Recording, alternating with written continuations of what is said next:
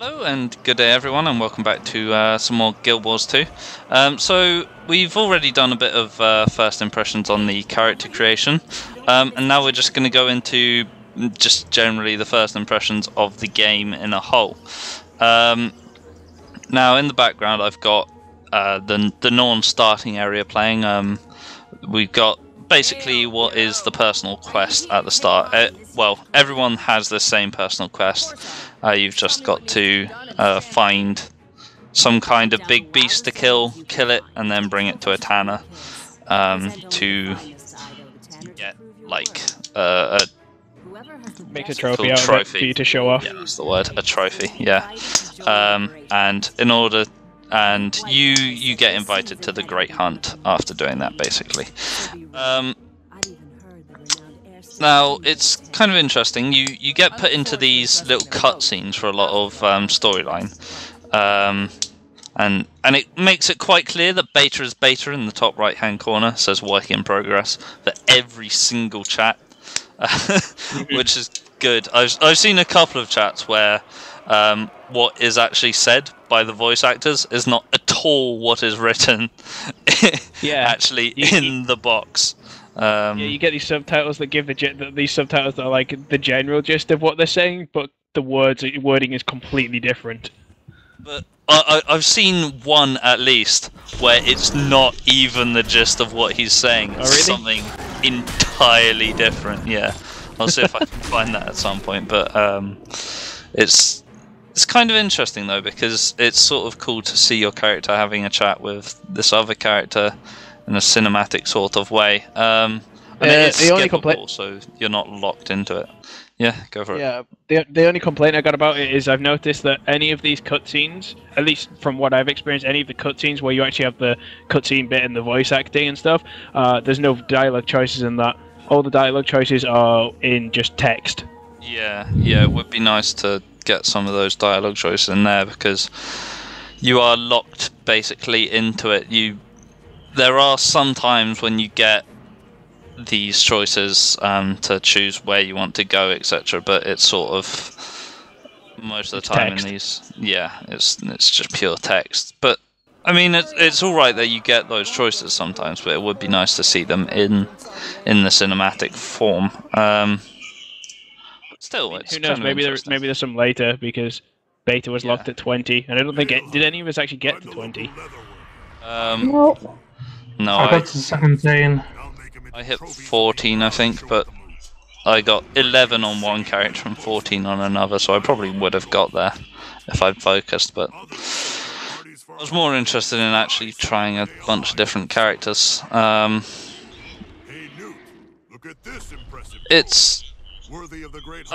not really sure whether it will be. Maybe later on into the game, like not just later on into the game, but later on in the beta process, they'll put that in. Like maybe give those choices in cinematic form instead of just in the text box. Maybe that's just a placeholder. I don't know.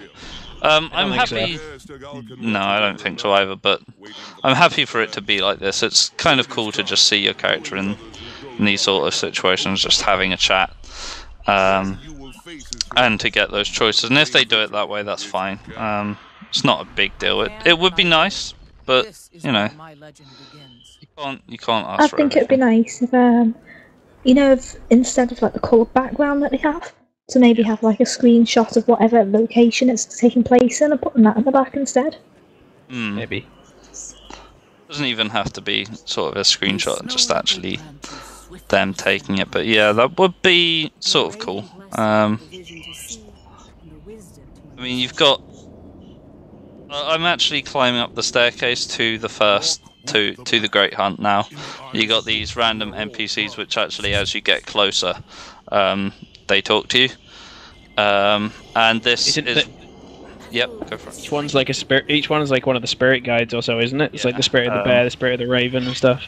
Yeah, because the Norn are heavily based around these 4 spirits. You actually get to choose which one. I do like that about the NPCs though. If you walk past someone, like 2 people having a conversation, you hear like a little snippet of the conversation. Yeah, and it's nice. It gives the feeling the world's alive. Yeah, There's a few NPCs that when an event is going on nearby, they'll actually come and find you and tell you that it's happening. This is actually the first real sort of event you get in the game. Every race has one of these so far. You get basically a build up to it. The Norn one is that you're killing all these little worms until this giant worm comes out and starts beating everything up. Honestly, I think the human, as much as like human is always my least favorite race in fantasy games, but I do feel human, of the ones I've seen, human has the best one because you have to fight this giant earth elemental thing, and it just looks badass. It's insane. It's pretty It cool. doesn't help that you can't even see the screen sometimes because it's just such a big sandstorm being whipped up. Yeah, it's ridiculous. It's kind of cool, but when you're up in melee range, it does some. I really don't know what it is that it does, but it's got an ability that will basically one-shot you. Yeah, I got hit by that. This one here actually does it as well. He throws his head around, and if you get hit by that, you take a ton of damage and get knocked back. But it's at least possible to see. The human one I found, because of all the swirling dirt and stuff around the bottom, it's sort of basically impossible to dodge that because you don't see it coming. Like I don't think the Cho one. I don't think the Cho one actually has like an instant death thing. From what I've seen, he does. He's got. He charges his hammer and will whack the ground. Really?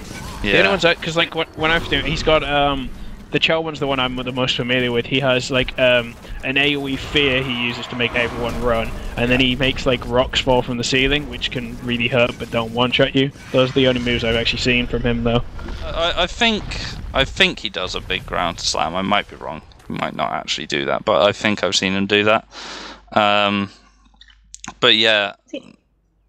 I like that the first encounters that you have, like major encounters, can one-shot you because it'll show you the system that you've got to take to get back up.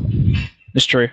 Yeah, it's it also sort of shows you this is what is going to happen to you later on in the game if you don't cope with it too bad, because there are a lot.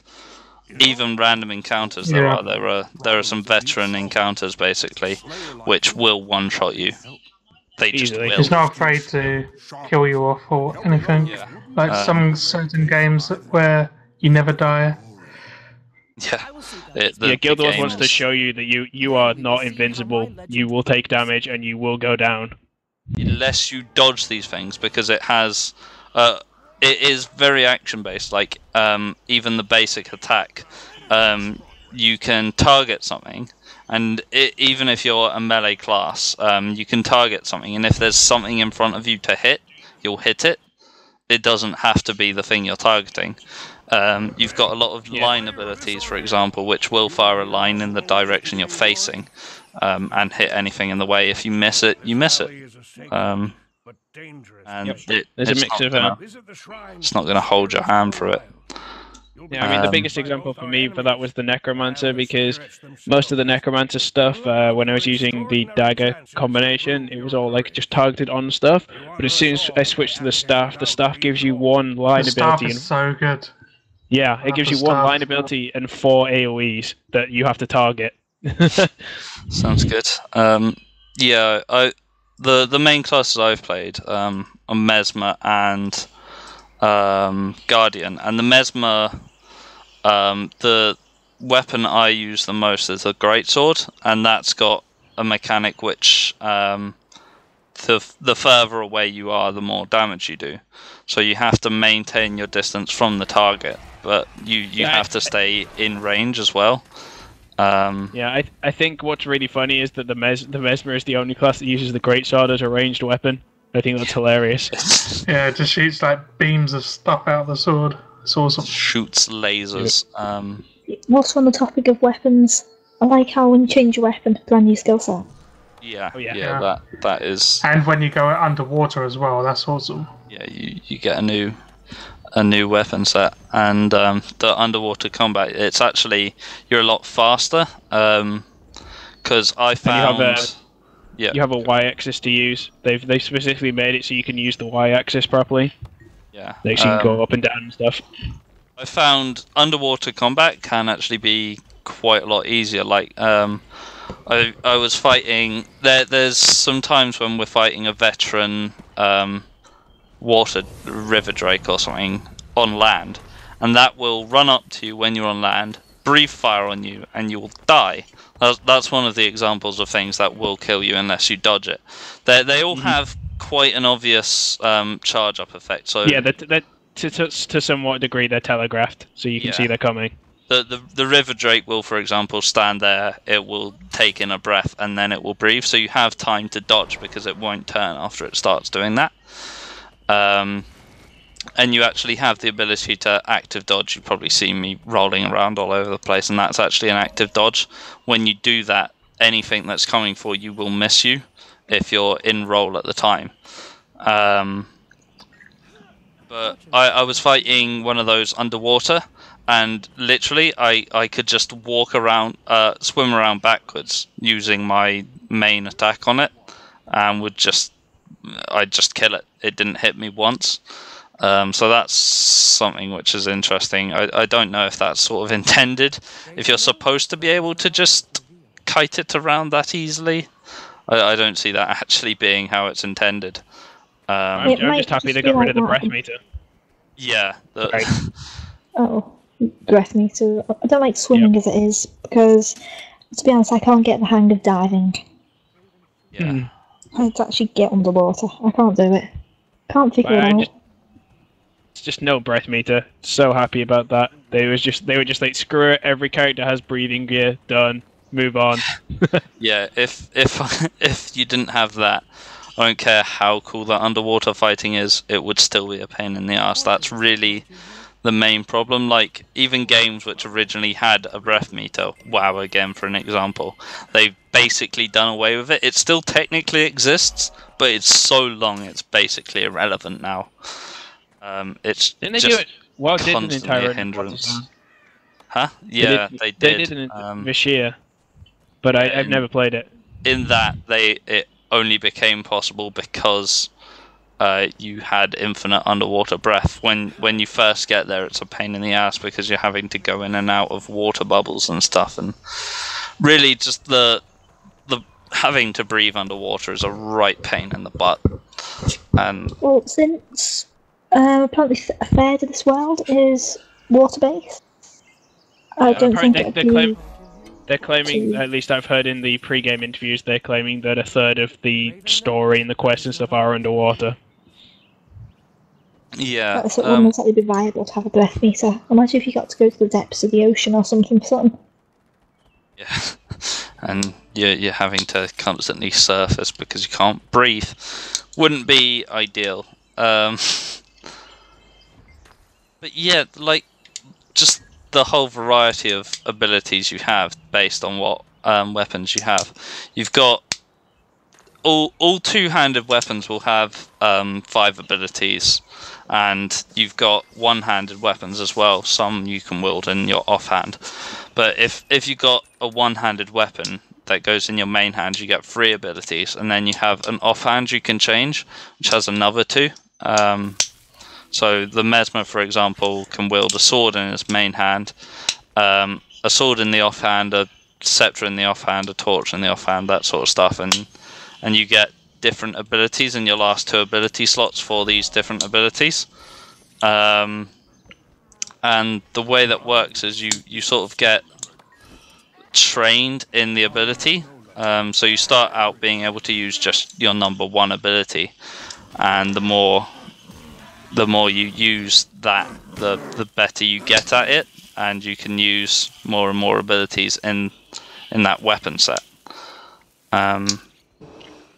And you just get better at it, and you get the higher level abilities. You've also got your 6 through 0.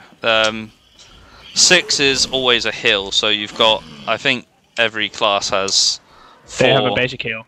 Yeah, they've all got a basic heal. But you've got interesting 4. enough, all the heals, while the basic heals are all just the general idea is you heal this much. They all have a slight flavour to them depending on what the class is. So I can't remember what Mesmer's is, but the Guardian will block attacks while you're healing. And the Thief will stealth and the heal. Yeah. The Necromancer actually is in my opinion the most annoying one, because any other class can pop their heal whenever they want. The Necromancer, basically the idea is you use it to summon a Blood Fiend, which is a companion, and then you sacrifice the Blood Fiend to heal yourself, which means if your Blood Fiend goes down in combat, you can't heal, which is really annoying. I changed my Necro one to the well you put on the ground, so... Yeah. See, that seems more useful, because I've stuck with the Blood Fiend, and to be honest, it's a pain in the arse, because that thing gets killed so easily, and then you're stuck without heal. Yeah, because you've also got, as well as that basic one that you get at the start, you've got the ability to, with skill points, because skill points are a thing you gain from skill challenges, which are just things around the map where you either fight someone or... I really like that system. Yeah. It's really nice. It's like, you need some skill points to unlock some more utilities, well, you're going to have to beat some veteran mobs or something. You're going to have to go and earn it. I think some of them, like Gora was saying, like, there are some which are at the end of, like, jumping puzzles or something, hidden jumping puzzles in the game, which you have to climb up in order to get them. Most of them I've seen have just been a matter of just defeating someone in combat, and one of them even... Sometimes you have to defeat a load of things to get to something, to get the skill thing as well. Sometimes, if you're clever, you can just ninja it. Like there's this one later on in an Etin cave with like a veteran mob at the end, and I just used my abilities to just immobilize the veteran Etin and lock him in place, and I just ran and just grabbed it and legged it away. Snow leopard moves swift.